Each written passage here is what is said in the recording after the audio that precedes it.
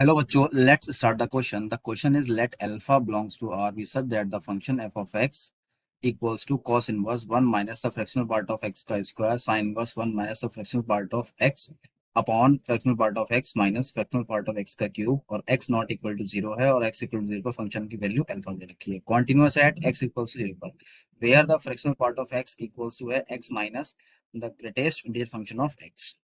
और option A है आपका no such alpha exist, B दे रखा है alpha equals to pi by 12, C दे रखा है अल्फा इक्वल्स टू 0 और आपका डी दे रखा है alpha equals to pi by 4। अब इस क्वेश्चन की अगर हम की कंसेप्ट के बारे में बात करें तो यहाँ पे हम डिस्कस कर लेते हैं की कॉन्सेप्ट।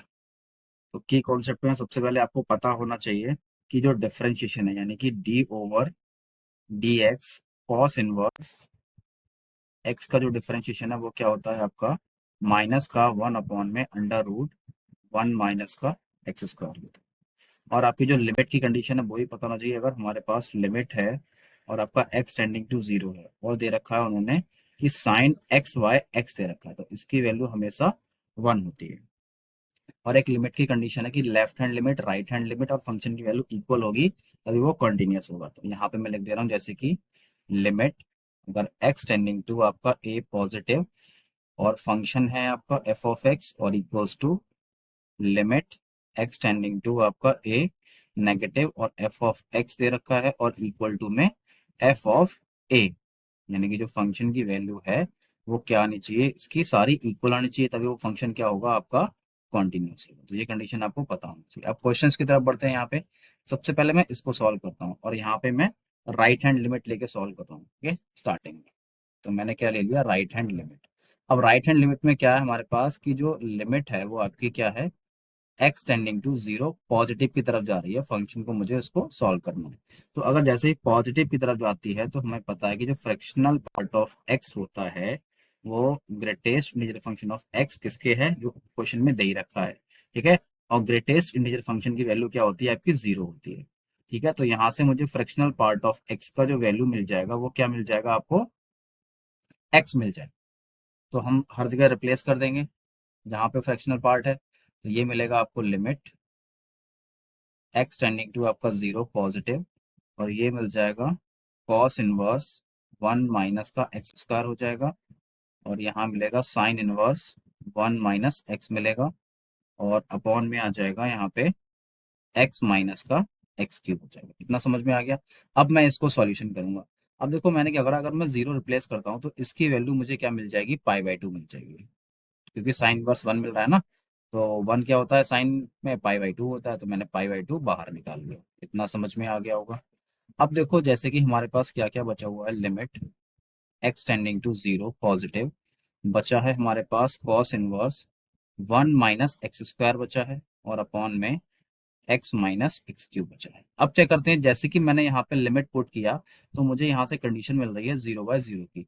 अब 0/0 की कंडीशन मिलती है तब वहां पे हम क्या लगाते हैं L hospital rule. Okay, L hospital rule ये होता क्या है एल हॉस्पिटल रूल, तो यहाँ पे क्या होता है कंडीशन कि अगर 0/0 कंडीशन लगाते हैं तब हम एल हॉस्पिटल रूल का यूज करते हैं। और यहाँ पे क्या है हमारे पास कि जो इसको में लगाने पर मुझे डिफरेंशिएशन करना होता है डिनोमिनेटर और न्यूमरेटर का।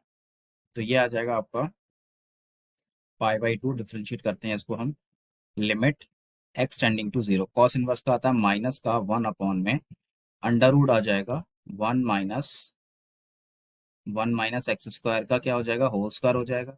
अब इसका दोबारा से डिफरेंशिएशन करेंगे तो यहाँ पे क्या मिलेगा माइनस का 2x मिलेगा 1 का 0 हो जाएगा और x अब डिनोमिनेटर करेंगे तो x का 1 और माइनस का क्या हो जाएगा 3x स्क्वायर हो जाएगा। इतना आपको समझ में आ गया होगा।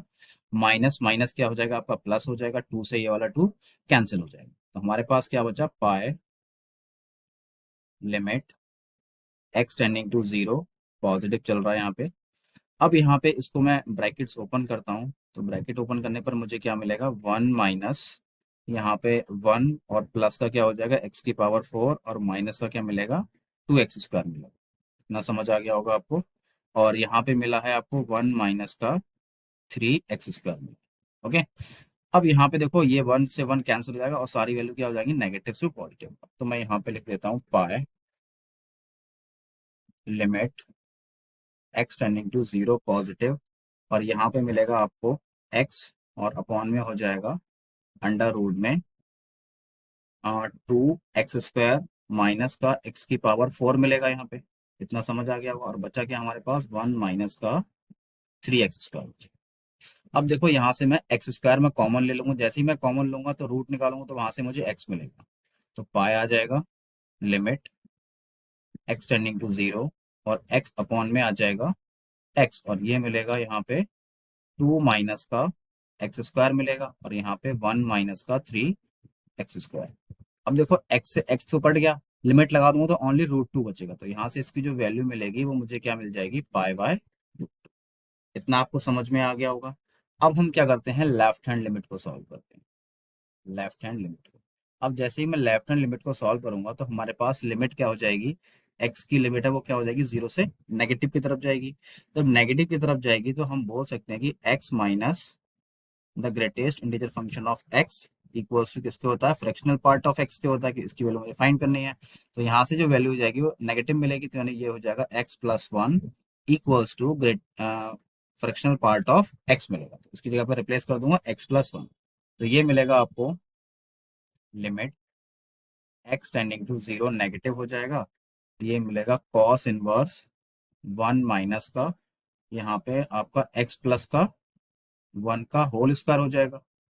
और यहाँ पे ऐसे ही मैं साइन इनवर्स में लगाऊंगा तो ये मिलेगा आपको 1 माइनस का x और ये माइनस का 1 हो जाएगा। ठीक है, और अपॉन में आ जाएगा यहाँ पे x+1 मिलेगा और माइनस का x+1 की पावर क्यूब हो जाएगा। देखो 1 से 1 आपका कैंसिल हो जाएगा और साइन इनवर्स माइनस है तो माइनस को मैं बाहर निकाल लूंगा। तो बाहर निकाल लिया मैंने, तो ये मिलेगा आपको limit x tending to 0 negative, और इसका होल स्क्वायर ओपन कर लेता हूँ तो मुझे क्या मिलेगा, कॉस इनवर्स 1 माइनस का यहाँ हो जाएगा x² + 1 और यहाँ पे प्लस का 2x हो जाएगा। और यहाँ पे मिल जाएगा, मैंने बाहर निकाल लिया तो ये इसका साइन इनवर्स x मिलेगा क्योंकि माइनस को मैंने बाहर निकाल लिया। और अपॉन में x+1 मैंने इसमें से कॉमन ले लिया तो अंदर क्या रह जाएगा आपका 1 माइनस x+1 का होल स्क्वायर रह जाएगा। तो इतना आपको समझ में आ गया होगा। अब मैं यहाँ पे इसको ओपन करता हूँ, माइनस से 1 से 1 कैंसिल हो जाएगा तो रिमेनिंग टर्म क्या क्या बचेंगे आपकी, minus limit x tending to 0 और यहाँ मिलेगा आपको कॉस इनवर्स -x² -2x मिलेगा। और यहाँ पे आपका चल ही रहा है ये आपका साइन इनवर्स x चल रहा है। ठीक है, अब देखो यहाँ पे क्या आ रहा है, ये तो आ गया आपका x+1। और अब जैसे ही मैं इसको होल स्क्वायर ओपन करूंगा तो यहाँ पे क्या मिलेगा आपको, ओनली माइनस का आपका x² रह जाएगा और यहाँ पे आपका माइनस का 2x रह जाएगा। समझ में आ रहा है। अब मैं यहाँ से मैं x कॉमन ले लूंगा, माइनस का x। ठीक है, तो जैसे ही मैंने माइनस का x कॉमन लिया तो यहाँ पे मिलेगा प्लस का हो जाएगा वो बाहर वाला। तो लिमिट मिलेगी आपको x टेंडिंग टू 0। और यहाँ पे देखो, अब जैसे ही मैं यहाँ पे वैल्यू पुट करूंगा 0, ठीक है, तो यहाँ से मुझे कॉस इनवर्स 0 और कॉस पाई/2 का वैल्यू 0 होता है तो बाहर क्या आ जाएगा आपका पाई/2 आ जाएगा इसका सोल्यूशन करने पर। ठीक है, अब बचा हमारे पास क्या, ऊपर साइन इनवर्स x बचा हुआ है। यहाँ पे बचा हुआ है आपको क्या, साइन इनवर्स x। और अपॉन में आ जाएगा, मैंने जैसे यहाँ पे लिया x मैंने कॉमन ले लिया तो x कॉमन ले लिया तो अंदर क्या रह जाएगा आपका x प्लस का 2 रह जाएगा। इतना समझ में आ गया। अब x प्लस का 2 रह गया। अब sine inverse x upon x क्या है यहाँ पे देख लेते हैं। ये इसमें से मैंने क्या ले लिया, माइनस का x कॉमन ले लिया यहाँ पे। ठीक है, तो यहाँ पे जब कॉमन लेंगे तो माइनस माइनस क्या हो जाएगा, प्लस हो जाएगा और अंदर क्या रह जाएगा आपका x प्लस का 2 रह जाएगा। ठीक है, और एक टर्म है आपका x+1 वो भी रह जाएगी यहाँ पे। इतना आपको समझ में आ गया होगा। अब sine inverse x upon x है, इसका वैल्यू क्या हो जाएगा आपका 1 हो जाएगा। और मैं लिमिट पुट कर दूंगा तो यहाँ से मुझे क्या मिल जाएगा, पाई/2 मिलेगा और इनटू में 1 0 + 2 और इनटू में क्या हो जाएगा 1 अपॉन में 0 + 1 हो जाएगा। तो यहाँ से अगर मैं इसको सोल्यूशन करूंगा तो ये मिलेगा आपको पाई/4 मिलेगा। अब हमने पीछे जो लेफ्ट हैंड लिमिट निकाली थी और जो राइट हैंड लिमिट निकाली है और जो आपका फंक्शन का वैल्यू है सभी क्या होनी चाहिए थी, आपकी इक्वल होनी चाहिए थी। ठीक है, बट कंडीशन क्या है, ना ही left hand limit right hand limit के नॉट इक्वल है, क्योंकि पिछली बार जो वैल्यू आई थी वहां पे क्या आई थी, पाई/√2 आई थी और यहाँ पे क्या आ रही है आपकी पाई/4 आ रही है। ओके, तो ये नॉट इक्वल है। तो ये कॉन्टिन्यूस फंक्शन नहीं है तो मैं ऑप्शन चेक कर लेता हूँ, जो ऑप्शन करेक्ट हो जाएगा वो ऑप्शन आपका ए करेक्ट हो जाएगा, no such alpha exist. Okay, so I hope you understand and thank you.